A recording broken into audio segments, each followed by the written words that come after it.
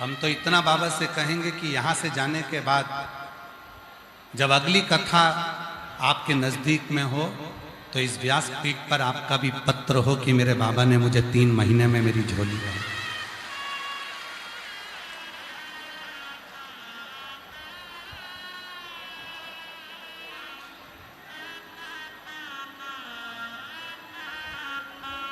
क्यों घबराऊं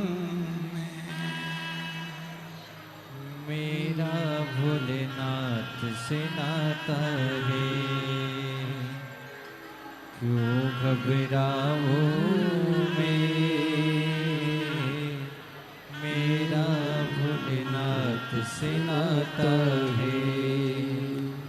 एक पशुपति व्रत और जितनी मेरी जीजियां बैठी हैं, जितने मेरे जीजा बैठे हैं, जितनी मेरी बेटियां बैठी हैं, जितने मेरे बेटा, मेरे बुजुर्ग माता पिता जितने बैठे हैं, ध्यान रखना, एक पशुपति व्रत भी हमारे जीवन को सुख प्रदान कर देता है।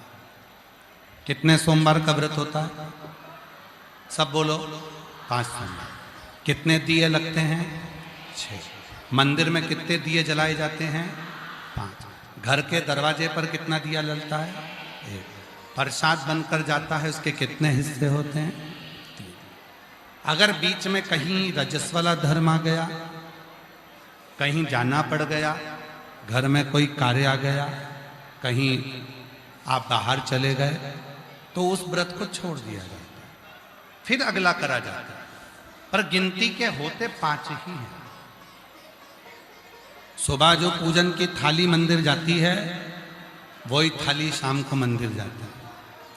शाम को प्रसाद बनकर जाता है, मंदिर में 3 हिस्से हो जाते हैं, दिए 6 रखा जाते हैं, 5 दिए प्रज्वलित करे जाते हैं, 1 दिया वापिस अपनी थाली में रखा जाता है, प्रसाद का 1 हिस्सा अपनी थाली में रख कर लाते हैं, बाबा से अपने विनय कर कर आते हैं, विनती कर कर आते हैं।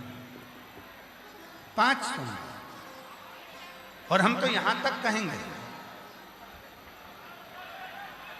हर 5 महीने में, 6 महीने में, 4 महीने में, 3 महीने में एक बार पशुपति व्रत घर में करते रहना चाहिए। घर का कोई भी एक व्यक्ति भी अगर पशुपति व्रत करता है तो पूरे घर के लोगों को उसका लाभ जरूर मिलता है। पशुपति व्रत का इतना एक व्यक्ति भी अगर कर रहा है तो उसका लाभ, उसका सुख मिलता है।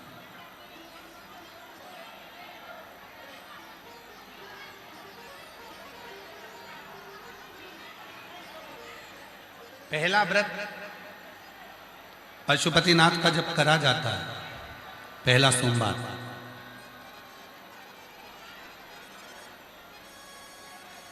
मंदिर पर पूजन कर कर प्रसाद का 1 हिस्सा लेकर, 1 दीपक लेकर, जब आप दरवाजे के राइट हैंड पर अपने सीधे हाथ की ओर दरवाजे के सामने बैठती हो, दीपक को जलाते समय जिस कामना से आपने पशुपति व्रत किया है, उस कामना को अपने हृदय से बोलना चाहिए। बाबा, आज मेरा पहला व्रत है, मेरे भोलेनाथ, मेरे देवघर वाले बाबा वैद्यनाथ, हे मेरे पहाड़ी महादेव, हे मेरे सुरेश्वर महादेव, हे मेरे भोलेनाथ, आपकी कृपा से आज मैंने पहला व्रत किया। बाबा, मेरे इस व्रत को स्वीकार कर। बाबा, मेरे इस व्रत को स्वीकार करना, और बाबा आपकी कृपा से मेरा ये व्रत सफल हो, ऐसी करुणा करना, ऐसी करुणा।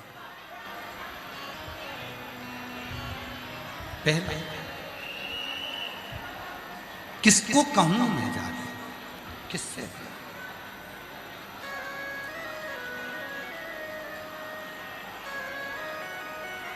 स्कंद पुराण में काशी खंड में लिखा है,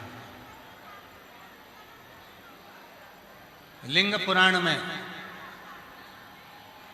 स्पष्ट लिखा है, शिव महापुराण में वर्णन किया गया है कि दुनिया के सारे पापियों को इकट्ठा करो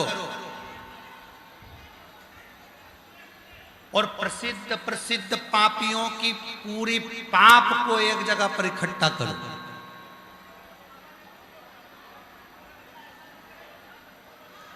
और एक बार मुख से शिव का नाम निकल जाए तो वो पाप एक क्षण में जलकर भस्म हो जाता है। एक क्षण।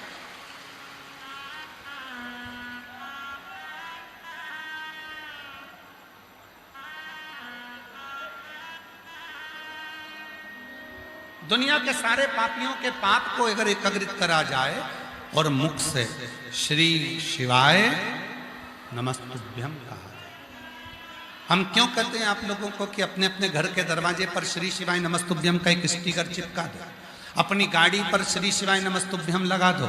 श्री शिवाय नमस्तुभ्यम शिव महापुराण की विद्येश्वर संहिता में लिखा है।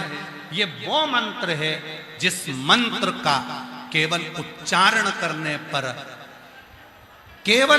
करने पर अपनी 71 पीढ़ी में भी अगर किसी ने कोई भूल से भी पाप करा होता है तो वो नष्ट हो जाता है।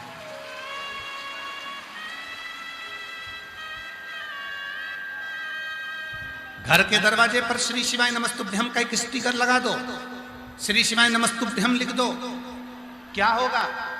लोग कहते हैं, वास्तुशास्त्री कहते हैं यहां से जीनी को तोड़ो, कोई कहता है यहाँ बाथरूम को तोड़ो, कोई कहता है रसोई घर तोड़ो, कोई कहता है ये दरवाजा तोड़ो, कोई कहता है वो दरवाजा तोड़ो। शिव महापुराण की कथा में कहा गया, एक बार मुख पर अगर कोई दरवाजे के बाहर भी खड़ा हो गया और उसने श्री शिवाय नमस्तुभ्यम को पढ़ लिया, जो अंदर आ रहा है उसके आने से ही हमारा वास्तु दोष पूरा समाप्त हो जाता है।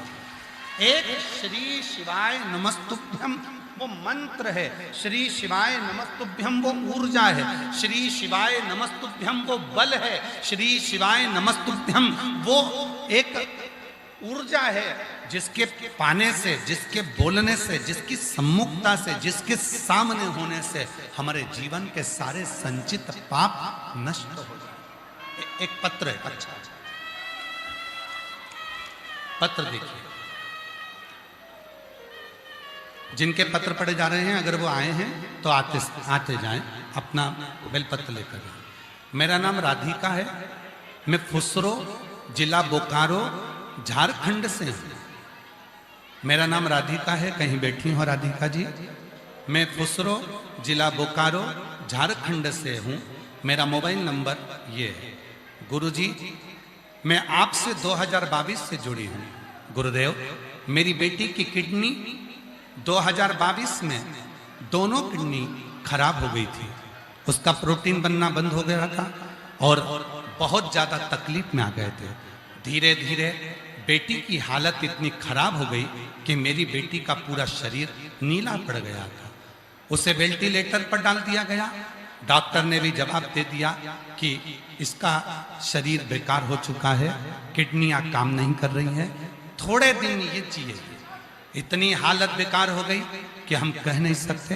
तब उसकी हालत देखने के लिए पड़ोस की एक दीदी यहाँ मिलने आई। उन्होंने कहा टीवी पर गुरुजी की शिव महापुराण की कथा आती है, उसे देखिए, गुरुजी उपाय बताते हैं, बाबा पे भरोसा रखना। मैं आपकी कथा सुनने लगी और आपकी बातों पर भरोसा कर कर 1 लोटा जल बाबा को चढ़ाने लगी। बाबा को 1 लोटा जल चढ़ाया। रोज अस्पताल में बेटी को बाबा को चढ़ाया हुआ जल पिलाने लगी।